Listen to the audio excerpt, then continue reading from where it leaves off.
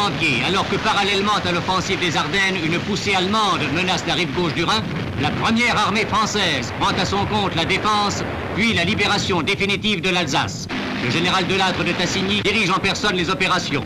Les unités américaines participent à l'action.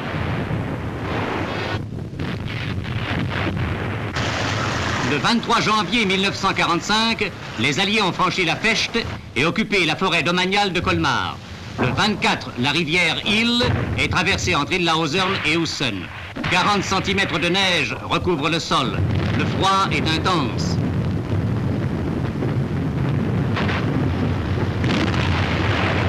À l'est d'Illhausern, l'ennemi fortement retranché dans un secteur boisé se défend âprement. La voiture de tête d'un convoi est touchée par un 88 allemand.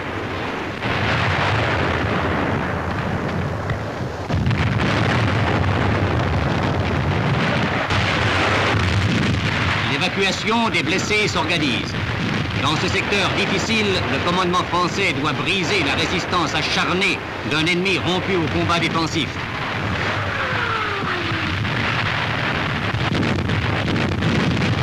De jour comme de nuit, les canons mêlent leurs aboiements rauques au grondement des blindés. Des chars ennemis cessent le feu, mais le feu qui les consume ne cesse pas.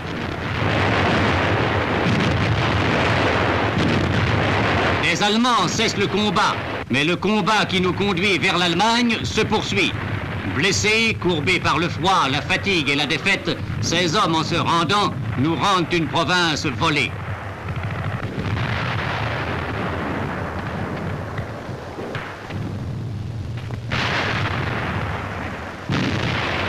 Et de nouveau, les fantassins silencieux et les chars bruyants progressent, jalonnant leur avance d'engins en feu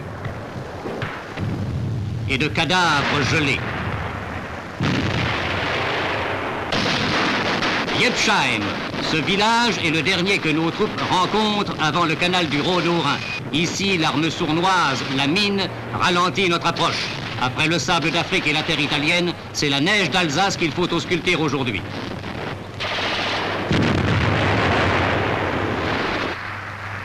Ce sont aussi les mêmes gestes qui se répètent dans ces villages morts où les yeux entrouverts des fenêtres lancent des éclairs qui tuent, où se déroule un sinistre jeu de cache-cache.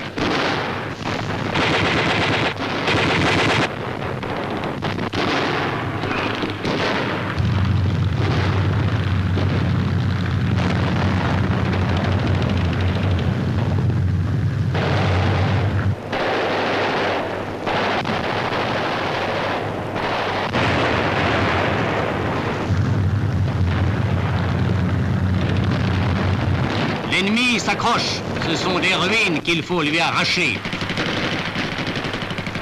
Et parfois, hélas, la mort nous vole une libération. Hier, il levait un bras, aujourd'hui, il lève les deux.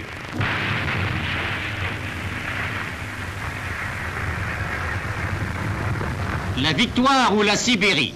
Les auteurs de cette inscription n'auront plus le choix.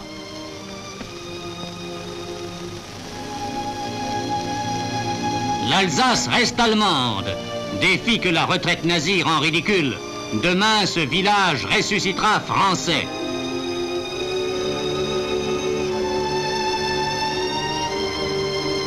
C'est désormais comme prisonniers que des Allemands fouleront le sol alsacien.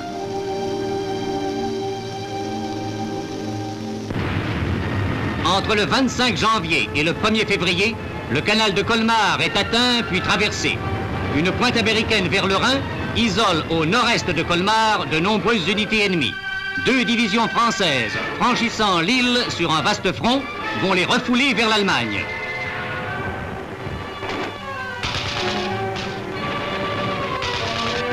La tenaille se resserre sur la poche de Colmar. Des éléments partis de Mulhouse atteignent Wittenheim, qui est le théâtre de rudes combats.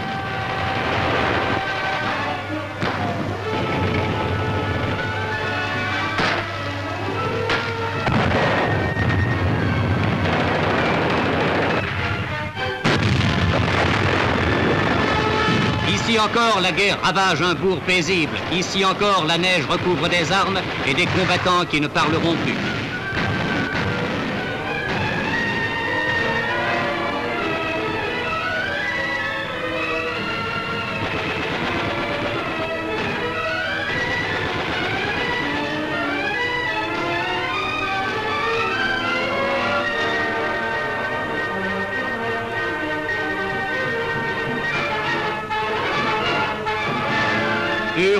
ceux qui, sortant de leur cave, retrouvent encore une maison debout.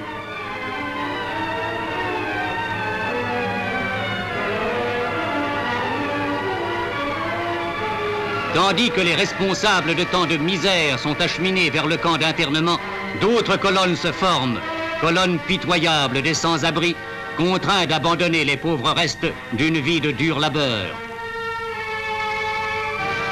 Ils s'en vont droit devant eux, hésitant à ces carrefours inconnus qui marquent les étapes de l'immense chemin de croix des réfugiés.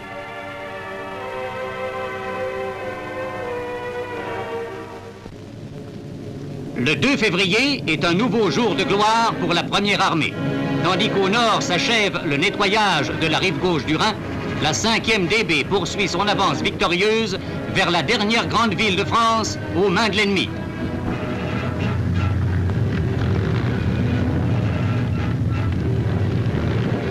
Colmar est proche. Aux abords immédiats de la ville, des villages ont beaucoup souffert. La retraite, comme jadis l'avance de l'armée allemande, chasse des Français de leur foyer.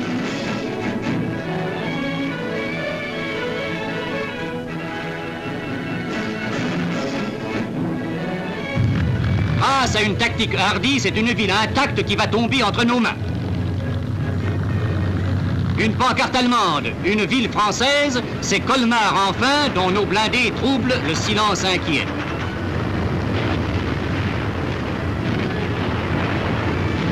Personne dans les rues. On n'ose pas croire au départ définitif des nazis. Quelques tireurs isolés, des snipers, se manifestent ça et là.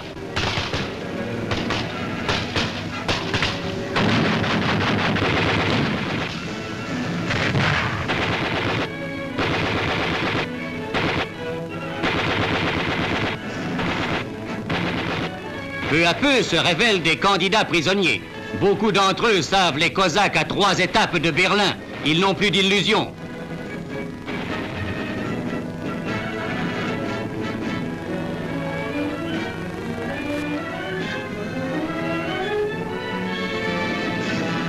Bientôt, ce sont les civils eux-mêmes qui viennent livrer les rescapés de l'orgueilleuse Wehrmacht.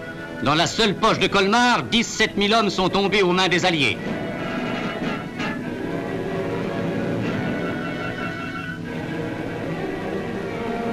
Affamée par l'ennemi, la population en est réduite à dépecer le cadavre d'un cheval. Du pain réservé aux troupes nazies est récupéré. Enfin, la grande nouvelle s'est propagée. Les Français sont là. Cette fois, les derniers doutes disparaissent.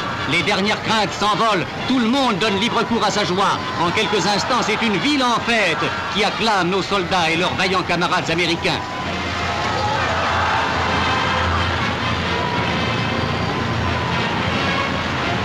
Après la rude mêlée, les combattants connaissent la caresse d'une joue féminine ou d'un fameux vin d'Alsace.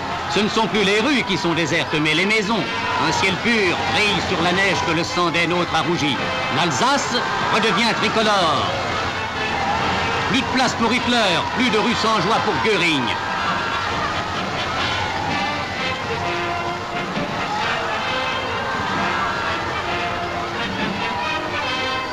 En compagnie des généraux de Vernejoul et Milburn, le préfet et le maire de Colmar font une émouvante rentrée dans leur ville libérée.